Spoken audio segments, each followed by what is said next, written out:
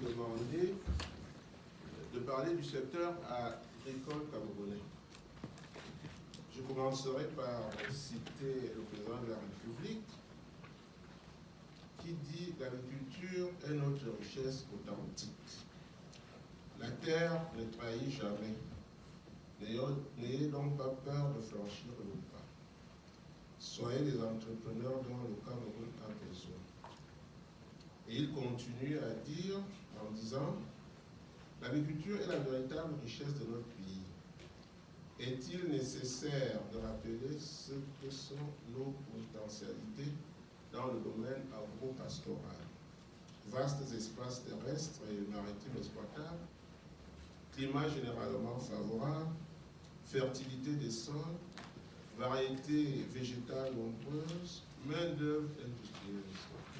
Par ces déclarations, il situait et réitérait la place du secteur agricole au cœur du développement national. L'agriculture représente en effet une composante majeure de la transformation structurelle de l'économie camerounaise. Cependant, malgré ces avantages, les performances de l'agriculture camerounaise ne suffisent pas à satisfaire totalement les besoins du pays en produits joyeux, ni en impacter de manière décisive l'économie camerounaise. À ce titre, la problématique de l'appropriation nationale du secteur agricole en tant que levier de croissance se pose d'autant plus que son intérêt à la fois est politique et socio-économique. Alors, l'agriculture camerounaise, qu'est-ce qu'il en est?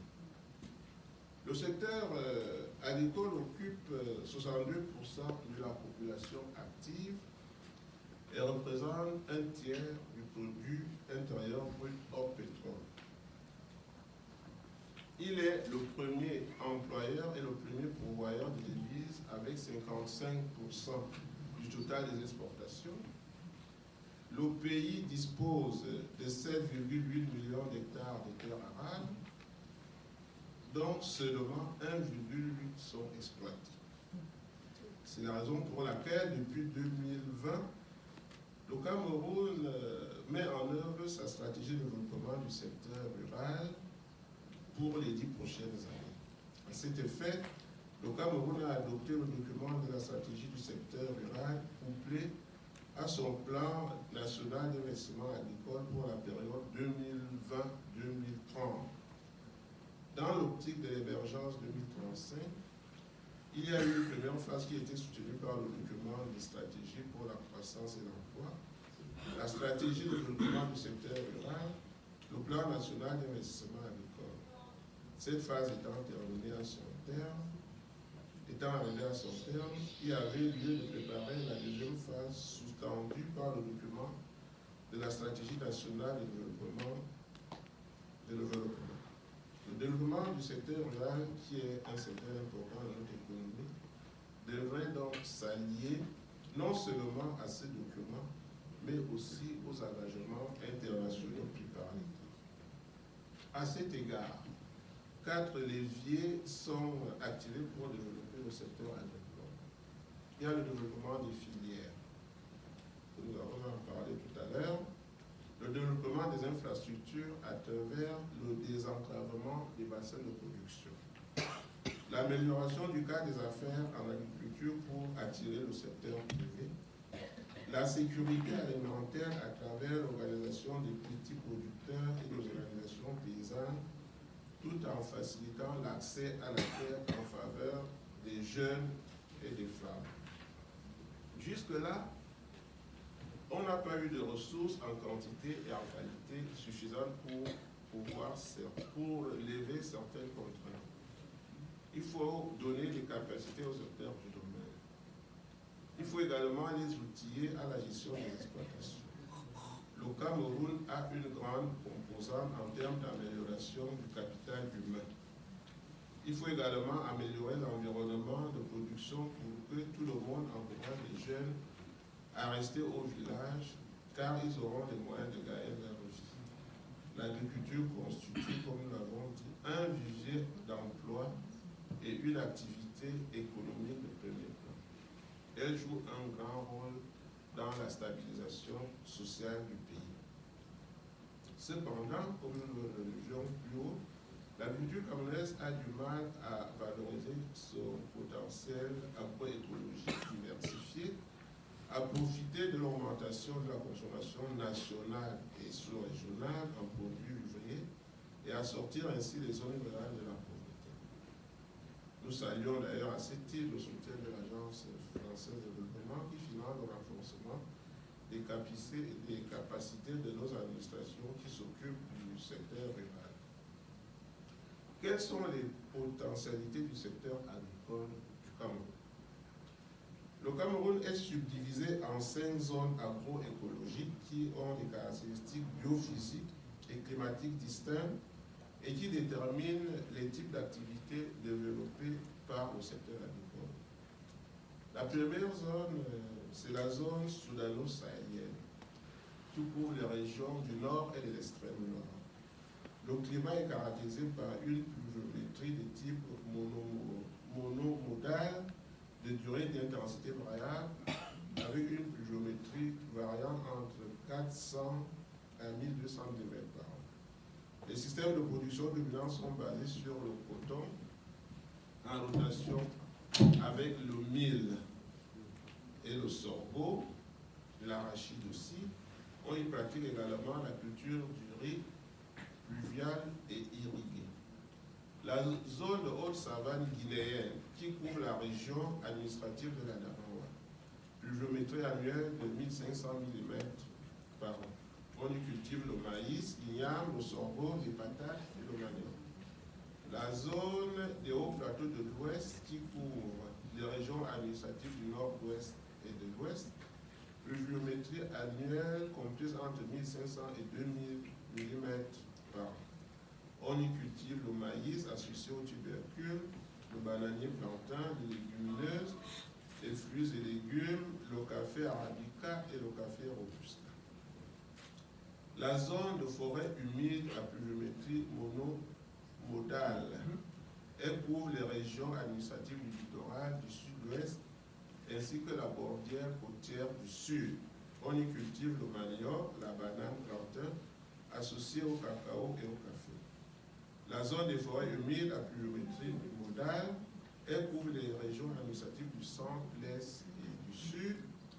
Pluviométrie annuelle comprise entre 1500 et 2000 mm, répartie en deux zones, en deux saisons humides bien distinctes, permettant 2 cycles de culture, un calendrier agricole étalé avec semis et récoltes échelonnées.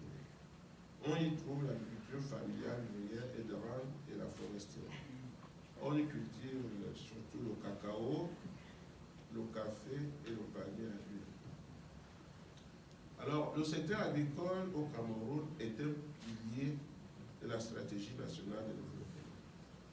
Les principales fonctions assignées au secteur agricole sur la période 2020-2030 sont satisfaire les besoins des populations afin de limiter l'importation des denrées alimentaires, fournir aux industries locales existantes des matières premières nécessaires à leur développement, procurer aux producteurs et à l'État des devises nécessaires pour acquérir les biens d'équipement et de consommation qu'ils ne peuvent produire, accroître le revenu des exploitants et partant améliorer leurs conditions de vie. C'est ainsi que 15 cultures prioritaires ont été identifiées sur cette période 2020-2030. Certaines d'elles soutiennent le développement de l'agro-industrie source de devises, à l'instar du riz, du maïs, du cacao, café, coton, huile de palme, EVA, banane, etc. Tandis que d'autres soutiendront la production vivrière, sorgho, maïs, pommes de terre, banane, plantain, soja, qui concourt à la satisfaction de la demande des ménages en produits alimentaires sur les marchés nationaux et sous-régionaux. En dehors de ces programmes et des filières prioritaires, le processus d'identification et d'aménagement des zones agro-pastorales a commencé aussi. Aussi, un régime de zones franches industrielles a-t-il été créé pour faciliter l'installation des agro-industries exportatrices et des mesures fiscalo-douanières prises en vue de garantir la disponibilité des intrants et des équipements agricoles. Pour atteindre ces objectifs, il serait indiqué de lever certaines problématiques et difficultés de divers ordres pour révolutionner le secteur agricole camerounais. Il y a les difficultés d'accès à la terre, comme j'ai dit tout à l'heure, l'accès aux jeunes et aux femmes, la faiblesse du taux d'encadrement, l'ampleur des pertes post-récolte, l'encadrement des bassins de production, l'inadéquation du système de marché par rapport au calendrier agricole. À ce titre, la révolution agricole s'est posée comme impérieuse nécessité pour inverser cette tendance. Elle passe également par la population juridico-institutionnelle, à l'instar du ministère du Développement rural et de l'Agriculture, qui est chargé de la mise en œuvre de la politique agricole du gouvernement. Il assure à ce titre la tutelle de plusieurs organismes publics chargés du secteur agricole. Elle passe également par la population socio-économique d'un secteur porteur à travers les principales filières que nous avons citées plus haut. Cette conjonction d'éléments justifie à suffisance l'érection du secteur agricole au rang de pilier de la stratégie nationale de développement. Les réformes entreprises par le gouvernement commencent à porter les fruits. On note ça et là l'augmentation de la production de certaines cultures de rente comme le cacao, environ 339 000 tonnes, le riz 331 000 tonnes, le maïs 2 millions de tonnes, huile de palme 386 000 tonnes, manioc 5 millions de tonnes, coton 250 000 tonnes, banane 35 millions de tonnes et j'en passe.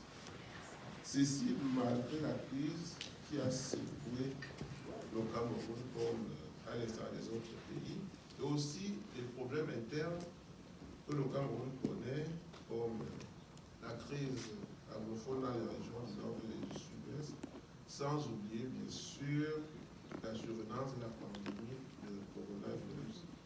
À cela, il faut ajouter les problèmes naturels comme le réchauffement climatique et les difficultés d'accès aux fonciers et l'insuffisance de la mécanisation.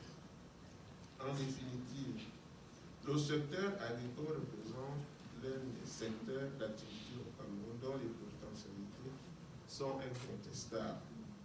Bénéficiant de la diversité naturelle du pays, presque autosuffisant, le Cameroun exporte les produits agricoles dans la sous-région, ce qui lui vaut d'être appelé le grenier de l'Afrique centrale. Je vous remercie. Merci. Excellences, Monsieur l'ambassadeur, chers frères, Mesdames et Messieurs, il est aujourd'hui plus que nécessaire d'exploiter véritablement cette mine d'or qu'est l'agriculture au Gabon et partout en Afrique. Aussi, je suis ravie et honorée de représenter mon pays à cette conférence qui nous invite à réfléchir sur la meilleure manière de contribuer au développement de l'agriculture en Afrique. C'est un fait indéniable que l'immense variété des zones agroécologiques que compte le Gabon est autant une richesse immense à plusieurs égards qu'un défi à relever. En effet, le Gabon possède un potentiel important pour produire des denrées agricoles variées et à même d'être commercialisées sur son marché intérieur et extérieur. Néanmoins, cette diversité devient un frein quand il faut trouver des solutions permettant d'assurer le développement agricole d'une manière générale.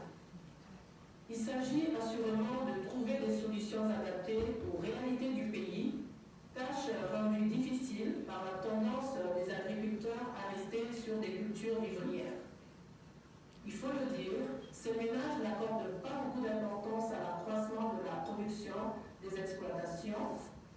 Par ailleurs, ils ne disposent pas de moyens suffisants ni de technicité avancée pour introduire dans ces exploitations des intrants agricoles et autres pesticides à faible impact de nocivité, y compris environnementale.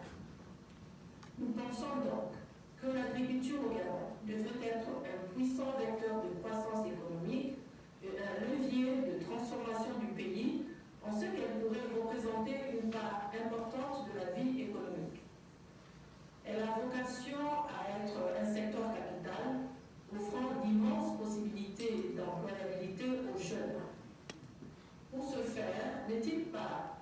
maintenant de convoquer des stratégies de développement nouvelles, productrices de solutions adaptées aux problématiques affrontées face au nouvel écosystème économique et écologique, voire géostratégique. À mon humble avis, c'est une question majeure à laquelle nous devrions trouver des réponses et je souhaite vivement que cette conférence puisse permettre d'en entrevoir quelques-unes. Malheureusement, étant en déplacement hors de France, je ne pourrai pas prendre part à tous ces échanges, mais je suis heureuse néanmoins de vous savoir en compagnie de mes collaborateurs qui vont vous présenter les secteurs et chiffres clés de l'agriculture au Gabon, ainsi que la dynamique du plan d'accélération de la transformation dans le domaine agricole. Excellence, Monsieur l'ambassadeur, mon cher frère, Mesdames et Messieurs, voilà en quelques mots ma contribution à cette conférence que je souhaite belle et riche en enseignements. Je vous remercie infiniment de votre invitation. Monsieur l'ambassadeur, distingués participants, Mesdames et Messieurs, je remercie Madame l'ambassadeur pour son introduction suffisamment claire, me permettant ainsi d'aller dans le vif du sujet en suivant le cadre indiqué, à savoir vous présenter les 2 points qui définissent le secteur agricole de notre pays, le Gabon. Je suis donc Madame Antoinette Manga, premier conseiller à l'ambassade du Gabon en France et honorée de prendre part à cette conférence ce soir.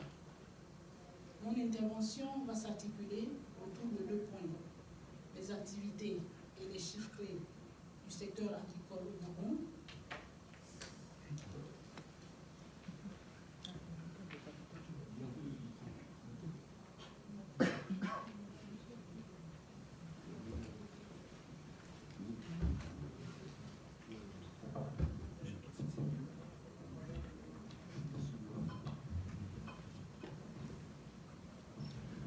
ici.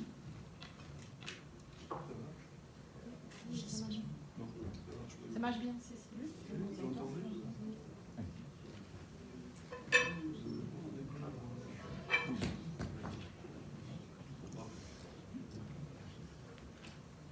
Donc, mon intervention va s'articuler autour de 2 points: les activités et les chiffres clés du secteur agricole du Gabon et sa place dans le plan d'accélération de la transformation PAT.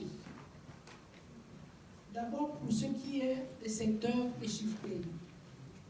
Incontestablement, la nature a doté au Gabon d'atouts uniques. 800 km de côtes, 6 000 hectares de terres arables, 4 000 mm de pluviométrie maximale par an, un climat équatorial favorable à l'agriculture, des ressources naturelles et halieutiques extrêmement nombreuses et variées. Autant de réalités qui puissent permettre un développement du secteur agricole à la mesure d'un tel potentiel. Pourtant, l'agriculture contribue pour l'heure de façon marginale au développement économique. La dépendance du pays vis-à-vis de l'extérieur en denrées alimentaires de tous ordres reste préoccupante, malgré les efforts des pouvoirs publics de vouloir inverser cette tendance au travers notamment du plan stratégique Gabon émergent PSGE, du Gabon vert, l'une de ses composantes, ou du PAT dont nous parlerons plus loin et qui commence à porter des fruits. 4 types de cultures caractérisent l'activité agricole au Gabon: les cultures maraîchères, les cultures vivrières, les cultures fruitières, les cultures de rente. Les 3 premières sont destinées au marché local. Leur niveau de production connaissent un accroissement significatif grâce aux effets conjugués des programmes de coopération. Je salue ici l'action de l'AFD et des initiatives des pouvoirs publics. Malgré cet accroissement, la nécessité d'importer massivement de l'extérieur reste constante. soit environ 547 millions d'euros par an.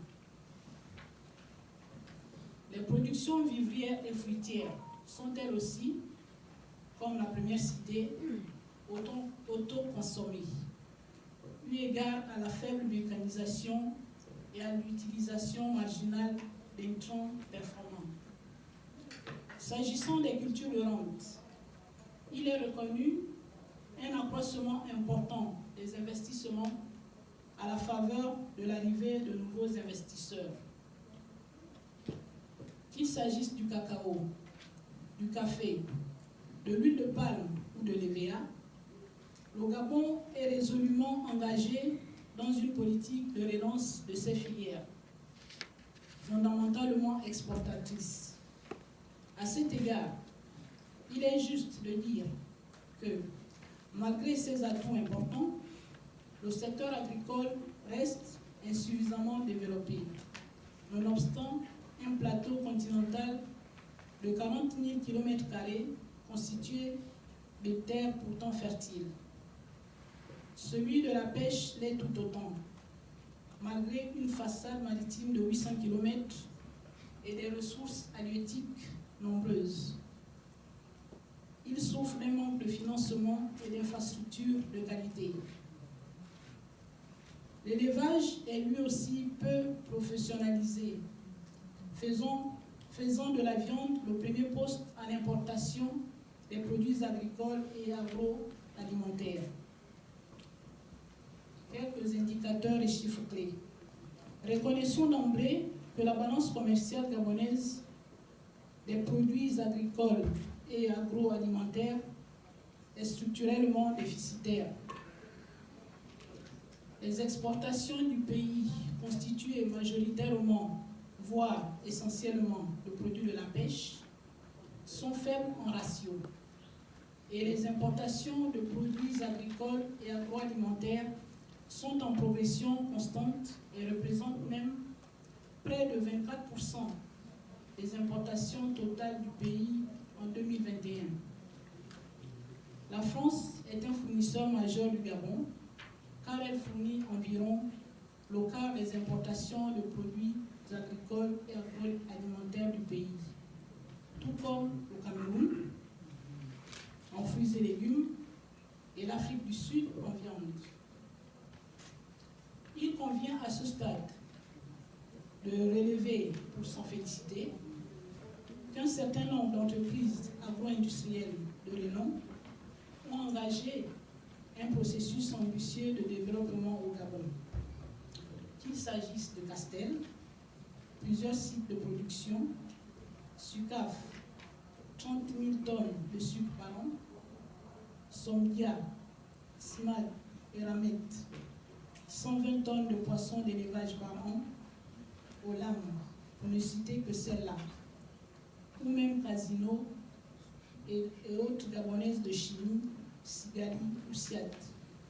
Toutes se sont lancées dans des programmes d'investissement ambitieux et parfois à haute valeur stratégique, économiquement et socialement. Quid du programme GRAIN et du plan national d'investissement agricole et de sécurité alimentaire et nutritionnelle.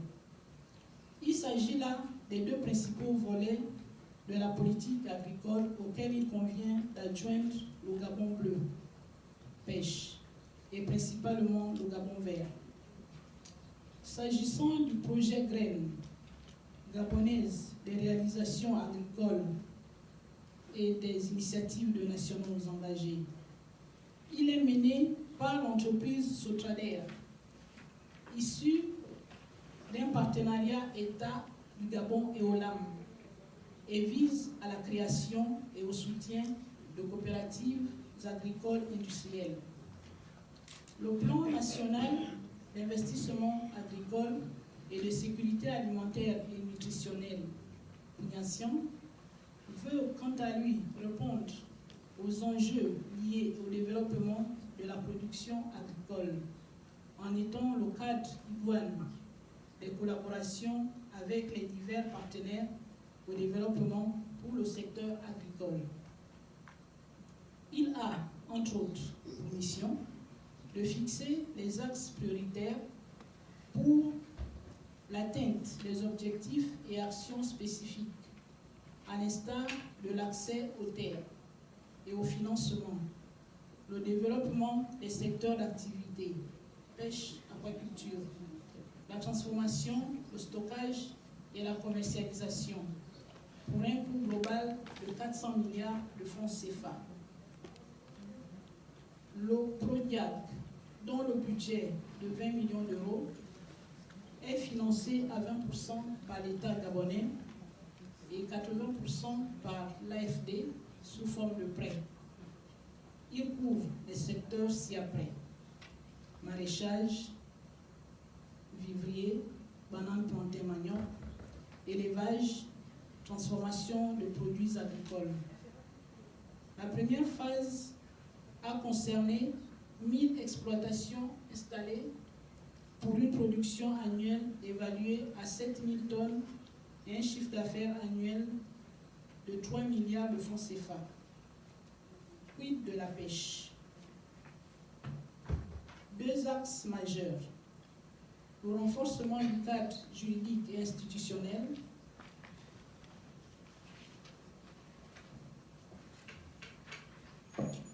la construction d'un port de pêche aménagé susceptible d'accueillir les navires de pêche et leurs prises. Trois choses à retenir: les différentes coopérations financées par des bailleurs de fonds ont boosté le développement de certains pans d'activités agricoles. Les investisseurs asiatiques, bien que priorisant certains secteurs lucratifs, ont dynamisé le secteur agricole. Les opportunités offertes pour l'Europe et la France sont adossées sur un tissu d'entreprises françaises de première importance. C'est dans cette dynamique que s'inscrit le PAT agricole. La dynamique du PAT. Instrument d'opérationnalisation du volet agricole, du PAT par excellence, le plan national d'investissement agricoles de sécurité alimentaire et nutritionnelle de seconde génération, Pignacien 2, a vu le jour il y a quelques mois. Il complète le cadre et les actions prioritaires de la politique nationale de transformation de l'agriculture, de la sécurité alimentaire, de la création des richesses, de la croissance économique et de la prospérité. Il représente la volonté de créer une synergie d'action qui rende plus efficace et plus efficient les efforts du gouvernement dans le domaine agricole. Les besoins d'investissement sont ciblés. Les instruments de politique publique permettant de booster le développement de l'agriculture sont identifiés, y compris en matière de production végétale, animale, sylvicole et halieutique.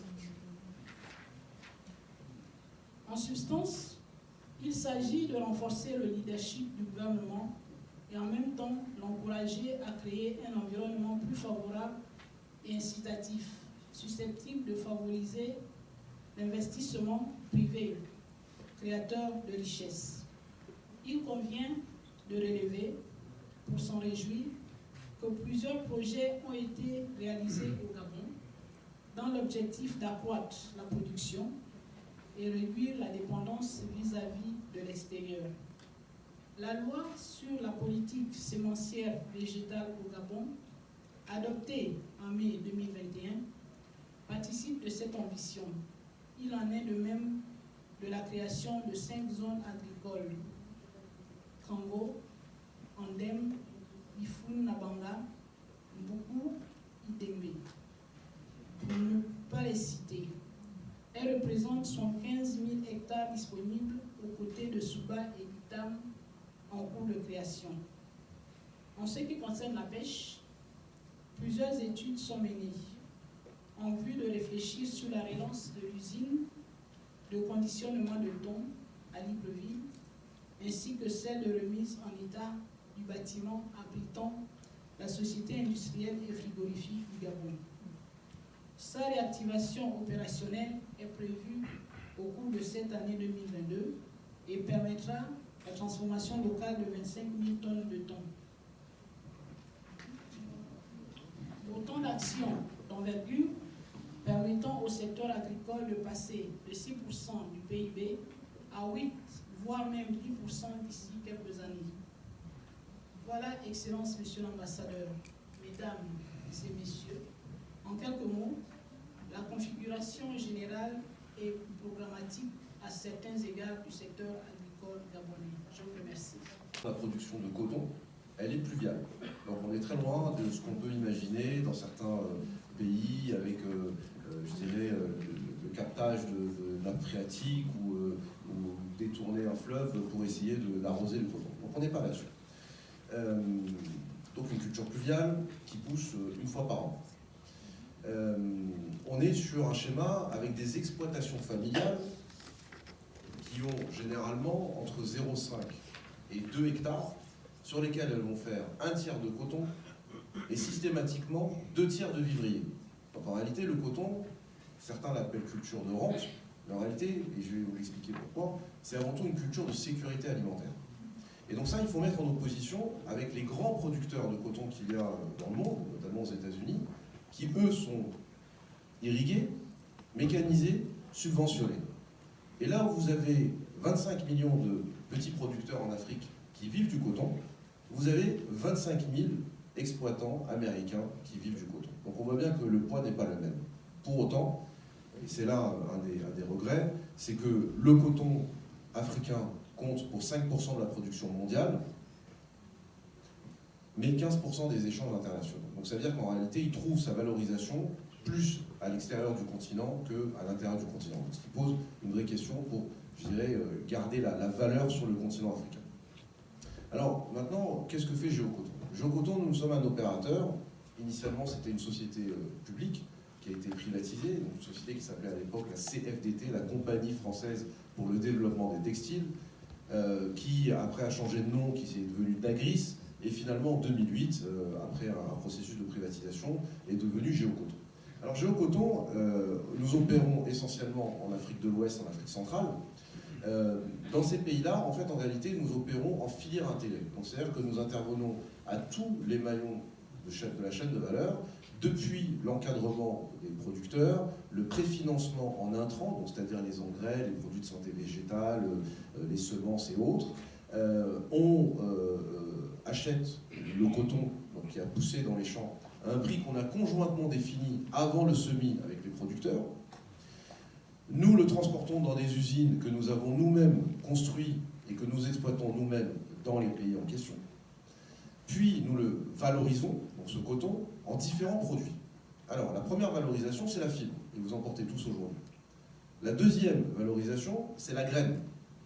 Cette graine, elle est chargée en huile, en matière grasse, et cette graine, donc, on peut l'utiliser en plusieurs, je dirais, de plusieurs façons. La première façon, c'est que vous pouvez directement la donner aux caprins, par exemple. Et ils vont la manger, et ils aiment bien ça.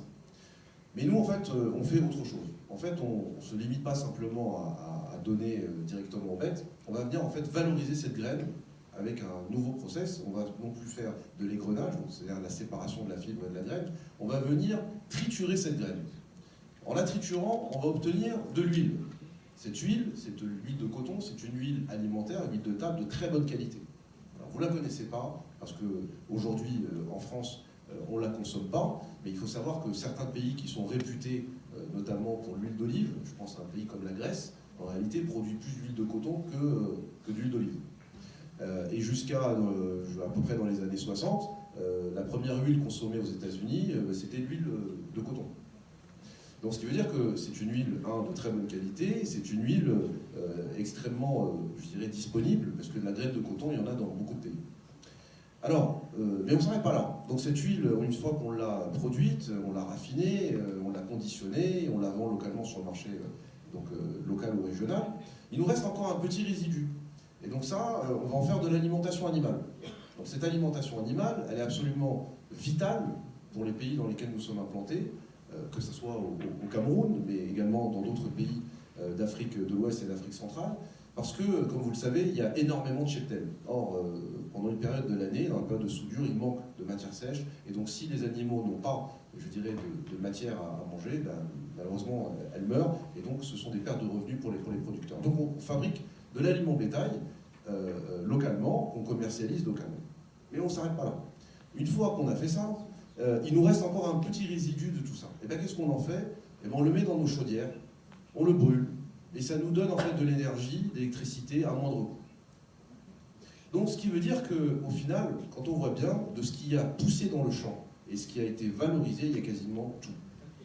Et même sur la graine de coton, il reste généralement toujours un peu de fibre, et qui est extrêmement courte. Et bien, cette fibre, vous l'avez aujourd'hui dans votre porte-monnaie parce qu'il y a des billets de banque qui sont faits avec, vous avez des stylos, il y a des feutres qui sont faits avec ça. Donc on voit bien que cette matière, elle est absolument riche. Et je dirais à l'image de l'Afrique, c'est qu'elle est non seulement généreuse, mais qu'en plus elle est résiliente, parce qu'elle pousse dans des conditions où il n'y a pas une très forte pluviométrie. Alors, vous voyez, aujourd'hui, nous, Géocoton, nous sommes une entreprise familiale. On fait partie du groupe Advent, c'est une entreprise familiale, mais on est actif dans tous ces pays-là où, au final, non seulement on contribue à la sécurité alimentaire, parce que, comme je le disais tout à l'heure, un exploitant de coton ne va jamais faire que du coton. Et nous, on lui interdit de faire que du coton. On lui dit toujours, fais du vivrier. Et alors pourquoi est-ce qu'il va s'enregistrer pour faire du coton? Premièrement parce que dans les zones où il exploite sa plantation, déjà il n'y a pas beaucoup de matière agricole à vendre. Donc il va peut-être faire du sorgho, il va peut-être faire du mil qu'il va consommer, mais il n'y a rien qui lui ramène du cash, pas de revenus. Donc nous avons un schéma dans lequel on lui garantit une source de revenus. Et on le préfinance en intrants. Donc on lui apporte des sacs d'engrais, des produits de santé végétale et autres. Et qu'est-ce qu'il va faire ce producteur? C'est qu'il va utiliser ces sacs d'engrais en partie pour les mettre sur le vivrier. Donc en fait on voit qu'il y a quelque chose d'extrêmement intime entre le coton et la culture vivrière, qu'elle soit céréalière, qu'elle soit légumineuse. C'est que s'il n'y a pas de coton dans certaines régions, il n'y a pas d'engrais. Et s'il n'y a pas d'engrais, il n'y a pas de production céréalière suffisante. Voilà. Donc ça c'est quelque chose d'absolument essentiel à dire. Et je vais vous donner maintenant quelques chiffres qui vont peut-être vous éclairer. Si on prend un pays comme le Mali, c'est 19 millions d'habitants. Sur les 19 millions d'habitants, vous avez 6 millions d'habitants qui vivent de la culture du coton. Donc vous imaginez bien que quand vous avez un poids comme ça dans l'économie, ce n'est pas un secteur à négliger. Alors le Mali est devenu aujourd'hui le premier pays producteur de coton, mais ça c'est en quantité. Mais je voudrais rendre hommage au Cameroun, puisque le Cameroun en réalité, c'est pour moi le premier pays producteur d'Afrique, puisque quand on regarde les rendements, ils sont largement supérieurs à tous les voisins africains. Donc, effectivement, il y a une production de 350 000 tonnes, mais vous avez une exploitation moyenne camerounaise à faire 1,55 tonne par hectare, ce qui est généralement 2 fois plus que ce qu'il y a dans d'autres pays d'Afrique de l'Ouest, et même jusqu'à 4 fois plus que certains pays d'Afrique de l'Est. Donc on voit bien qu'il y a un savoir-faire, il y a une envie des producteurs à faire du coton, puisque ce sont des millions de personnes qui, à chaque fois, se mobilisent pour faire cette culture. Mais pour pouvoir le faire, en réalité, il faut réussir à créer une chaîne de valeur. Parce qu'on ne peut pas simplement dire on va faire du coton si au bout de chaîne, il n'y a pas, je dirais, de consommateurs. Ces consommateurs, ils sont locaux au travers de l'huile, au travers de l'alimentation animale, mais ils sont malheureusement exclusivement à l'international pour la fibre. Donc moi, l'appel que je fais aujourd'hui, Alfred, c'est, et j'espère que nous pourrons très rapidement trouver un système dans lequel non seulement on va pouvoir mieux valoriser la fibre de coton pour le marché local, parce que ça créera des emplois, ça permettra de garder des ressources et des devises sur le continent africain qui pourront demain être réinjectées dans d'autres secteurs économiques. Donc ça, c'est très important. L'autre message que je voudrais passer également aujourd'hui, c'est que finalement, le thème de la conférence est très bien et il tombe vraiment à point nommé. On est à un moment charnière, je pense, de l'histoire de l'Afrique en particulier et du monde en général, parce que il faut utiliser ce qui est en train de se passer en Russie, en Ukraine, comme étant un déclencheur véritable de conscience. On ne peut pas garder le continent africain uniquement comme un continent de déversement ou un continent qui achète aux autres. Nous avons, et je pense que ça a été dit dans les 2 interventions précédentes, il y a toutes les potentialités pour faire toutes choses. Et le continent africain a la capacité de pouvoir même exporter, je dirais, certaines ressources dont il n'a pas forcément besoin sur place, et donc générer des revenus qu'il va pouvoir lui-même réinjecter sur le continent. Donc, si je peux conclure, Alfred... C'est la deuxième mi-temps, mais je la prépare. C'est juste, pour conclure, c'est que, effectivement, culture du coton absolument centrale, absolument vitale pour des millions de personnes sur le continent africain. Donc n'hésitez pas à acheter du coton, et du coton africain en particulier. Vous faites un geste extrêmement engagé. Et surtout, j'espère que vous avez bien compris que ce schéma doit être, et j'espère en tout cas dupliqué à d'autres filières, parce que si les autres filières essayent de s'adapter et de voir cette expérience cotonnière, je suis sûr que d'autres filières, notamment le soja, notamment l'arachide, notamment le manioc et autres, peuvent se développer de la même façon. Merci beaucoup. J'ai appris beaucoup de choses sur le Gabon et je pense que ces deux exposés nous ont effectivement, d'entrée de jeu, mis au cœur de la problématique agricole africaine. Je salue aussi, bien sûr, mes collègues de ce panel, de cette table ronde, et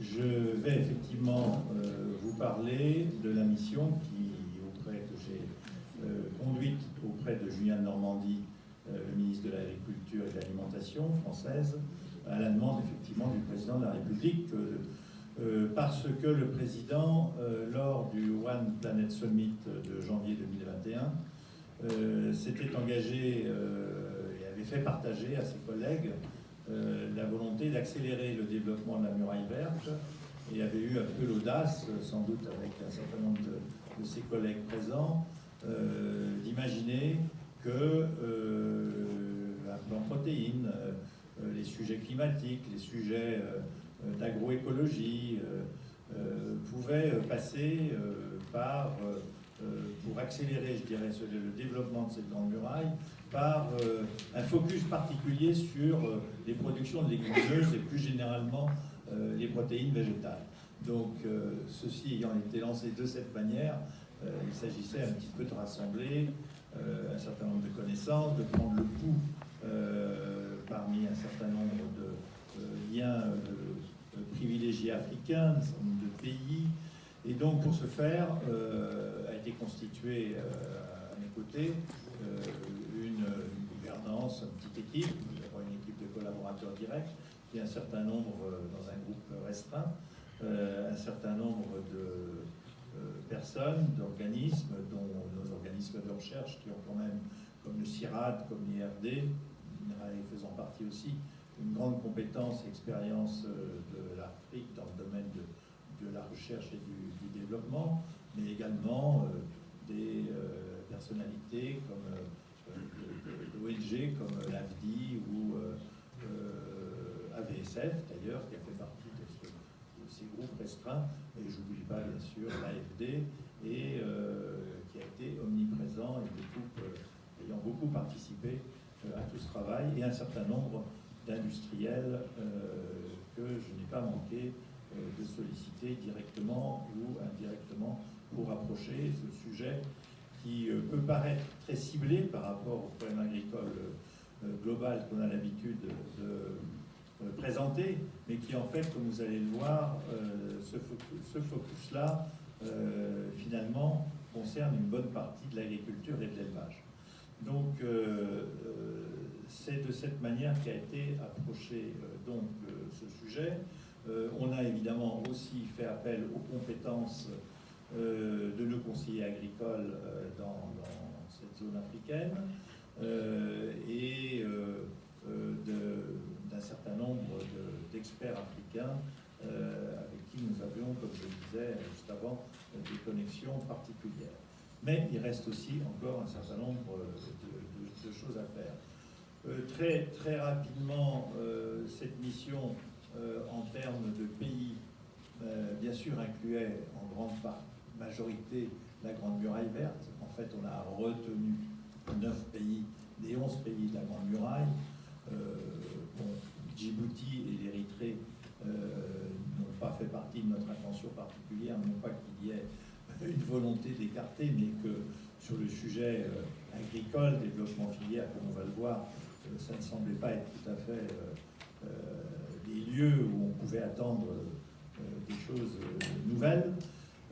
Mais je pense que ce qui était intéressant aussi, c'était d'aller au-delà de ces pays de la Grande Muraille, de bien comprendre qu'il y avait des liens extrêmement importants sur le plan économiques, des flux économiques, sur le plan politique également, et sur le plan aussi, je dirais tout simplement, agronomique et de pratique agricole et de complément de production, ce qui fait qu'on a étendu ces 9 pays de la Grande Muraille vers à 6 autres, et dont évidemment le Cameroun, qui était dans cette cible, mais les pays du Golfe de la Guinée, enfin Côte d'Ivoire, Bénin, je t'en oublié, Togo, évidemment, et autres pays, et au total, nous en avions 15 en cible.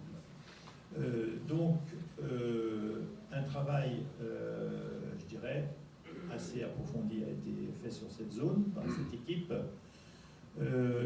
Je rappellerai simplement pour que vous imaginiez quand même que ça représente, en termes de population, c'est pratiquement 50% de la population africaine. Hein. On est sur un peu plus de 600 millions d'habitants actuellement sur cette zone-là, et les projections qui sont assez faciles parce qu'on se trompe guère en démographie, c'est 750, même un petit peu plus à l'horizon 2030, donc c'est demain.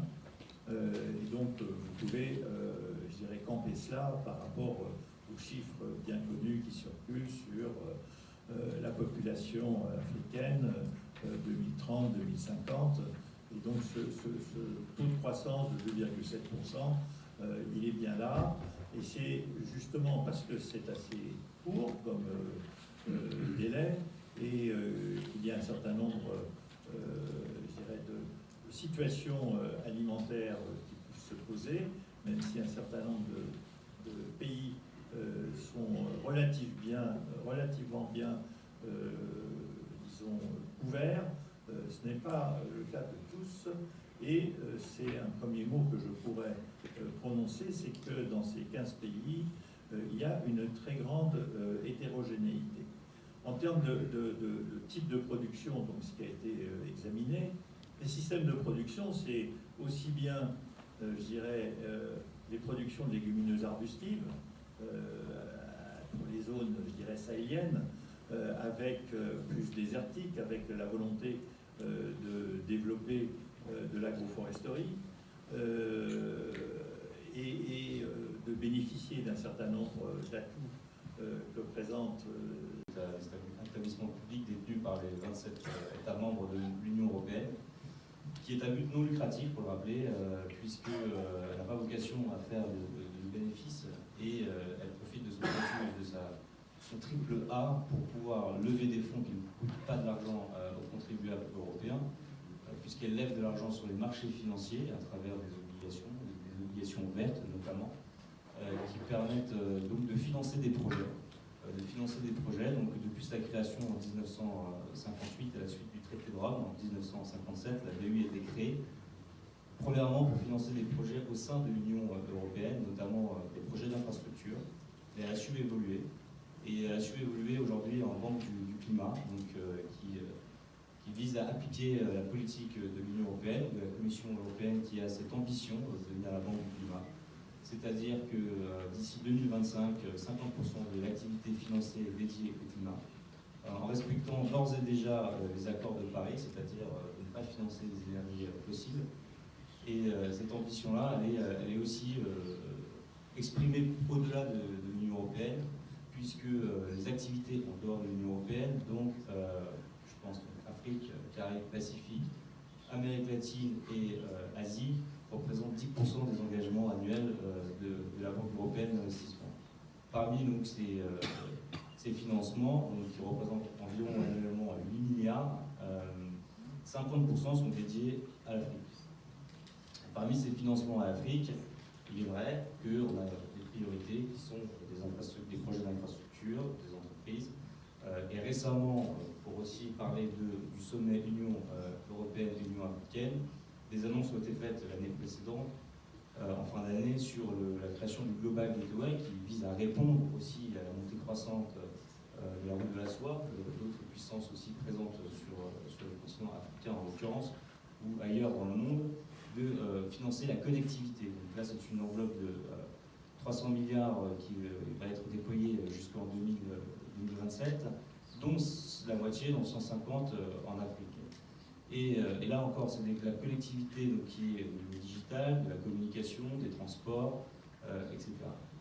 Dans ce cadre-là, la Banque européenne d'investissement a décidé aussi en début d'année de créer une entité, donc ce n'est pas une filiale mais une entité, dans un premier temps, qui s'appelle EIB Global, donc BEI Monde, qui regroupe l'ensemble des activités en dehors de l'Union européenne au sein d'une même entité. Donc c'est une première étape pour bien regrouper les opérations, déjà mieux coordonner nos opérations, également développer les partenariats davantage avec les banques nationales de développement, telles que l'AFD, que vous avez mentionné précédemment, et la Proparco, la filiale dédiée au secteur privé, équivalent allemand KfW et DEG, dans un esprit d'équipe Europe, c'est-à-dire de coordonner pour une architecture de développement européen, des banques de développement au niveau européen, de partager en fait le flux de projets afin qu'on soit coordonnés et financés ensemble des projets au niveau du cofinancement. Et ça s'observe de différentes manières. La BEI, elle finance des projets d'infrastructure, mais aussi au niveau de l'agriculture, pour parler plus précisément, et je pense encore le sommet Union africaine-Union européenne, si ce sommet avait lieu, il y a eu lieu quelques jours avant le déclenchement des conflits en Ukraine, probablement que la problématique et la priorité auraient été davantage sur l'agriculture, puisque maintenant, dans ces situations-là, où des pays africains importent plus de 60%, plus de 50% pour certains pays, voire la quasi-totalité de leurs intrants agricoles depuis l'Ukraine ou la Russie, il y a vraiment une urgence maintenant à financer et à rendre moins de dépendance. Et pour cela, la BEI exerce déjà des financements. Il y a des choses qui sont faites. J'ai entendu tout à l'heure qu'il n'y a pas de financement. Bon, il n'y a pas suffisamment de financement, mais il y a des financements existants. Et je pense que les outils comme la microfinance, pour financer des petits exploitants, la massification des financements au sein même de l'Afrique subsaharienne, à travers les institutions de microfinance que nous finançons aussi également, à travers des groupes d'institutions de microfinance qui sont présentes localement. Je pourrais les citer, Baobab, Advance, ce sont des réseaux ACEP que nous finançons, nous faisons des enveloppes et qui nous permettent, puisqu'on ne peut pas avoir les ressources humaines nécessaires pour financer ces projets directement sur le terrain, à travers un financement intermédiaire, de cibler ces petits projets, puisque la microfinance a vocation de financer le secteur informel qui représente la majorité de l'économie en Afrique. Donc ce secteur informel, il faut bien le cibler, et on le cible à travers la microfinance et les institutions aussi bancaires locales, donc les banques commerciales. Et c'est les financements que l'on effectue. Donc on a des financements corporate, on a fait au Nigeria sur le financement des engrais. On a aussi des financements dédiés aux banques. Et l'idée, donc, c'est, pour répondre à la deuxième partie, puisqu'on me rappelle le deuxième temps de parole,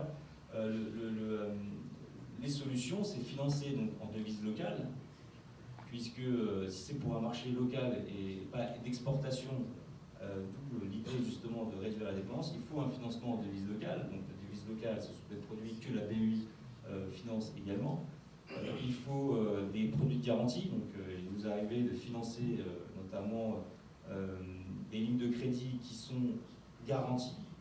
Donc il y a un volet, on va dire, de dette qui va être accordé à une banque commerciale qui elle-même va octroyer un crédit au bénéficiaire final, et cette banque va obtenir une garantie qui, en cas d'échec du financement ou d'insolvabilité, va pouvoir déclencher cette garantie qui est fournie par la Commission européenne. Ce sont tout à fait des mécanismes qui pourraient davantage être développés.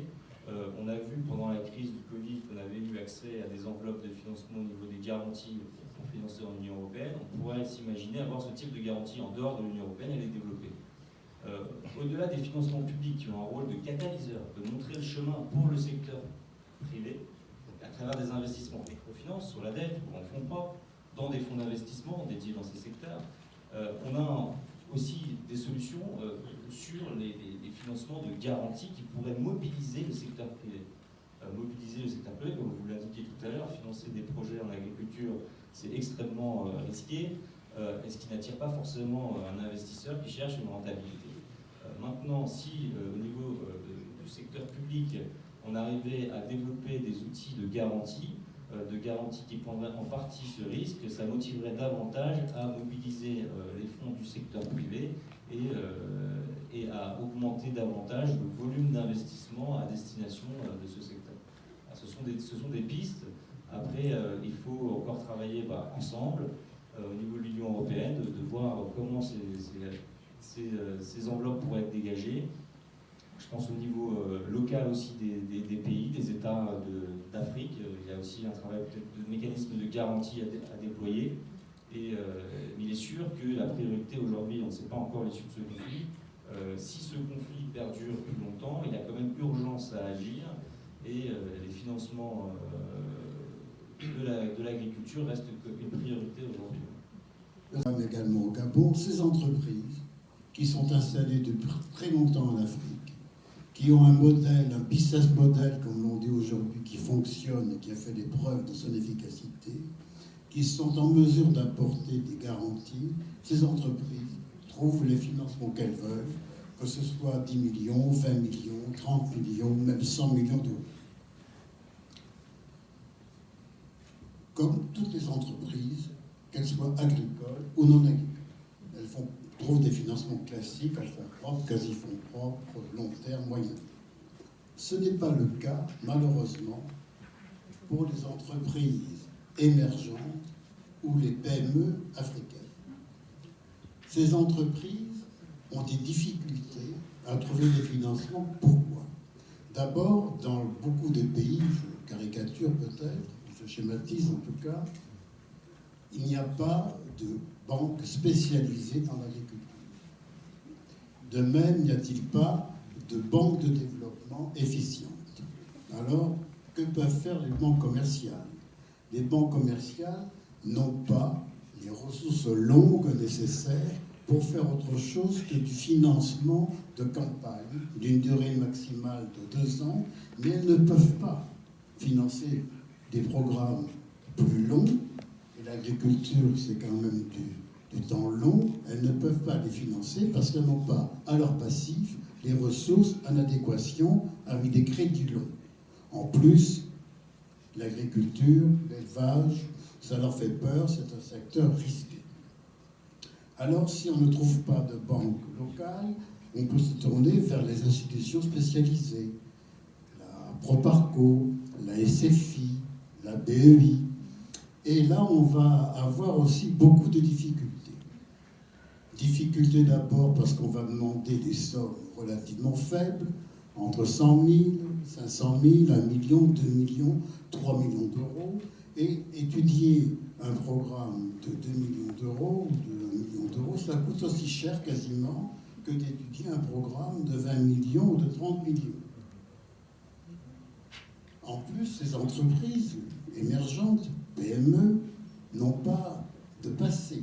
Ce sont souvent des start-up et elles ne peuvent pas prouver la validité de leur modèle de production et son efficacité. Elles ne peuvent pas apporter des garanties. Elles sont dans l'agriculture, j'y reviens, l'élevage, c'est risqué.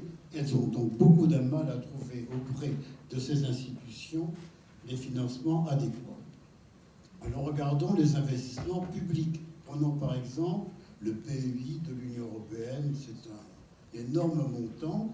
Et si on regarde les chiffres, il y a environ 7% de ces montants qui sont affectés à l'agriculture et à l'élevage. 7%. Et encore, ce financement passe-t-il par les États? Il n'est pas fait directement aux entreprises. Alors, je ne veux pas être médisant, enfin tout le monde sait quand même que des financements qui passent par les États, il y a parfois de la lourdeur, de la lenteur, sans parler des déperditions. Donc, c'est une constatation. Et donc, ces ces programmes ne sont pas toujours très efficaces. Ils sont également étudiés par des technostructures qui n'ont pas toujours la connaissance du terrain. Et c'est le cas des programmes sectoriels de la Banque agricole, de la Banque mondiale, de l'AFD, de la BAD, etc. Alors que faire? On peut imaginer de modifier le fonctionnement de ces institutions financières spécialisées. Le président Macron et la chancelière Merkel, au mois de juillet 2017, ont pris l'initiative de leur demander, pour les pays du G5 Sahel, compte tenu de la situation qui prévaut dans ces pays, de mettre en œuvre directement au profit des entreprises opérant dans ces pays, grandes ou petites, tous les moyens dont elles disposent, y compris les subventions. En réalité, il ne s'est rien passé.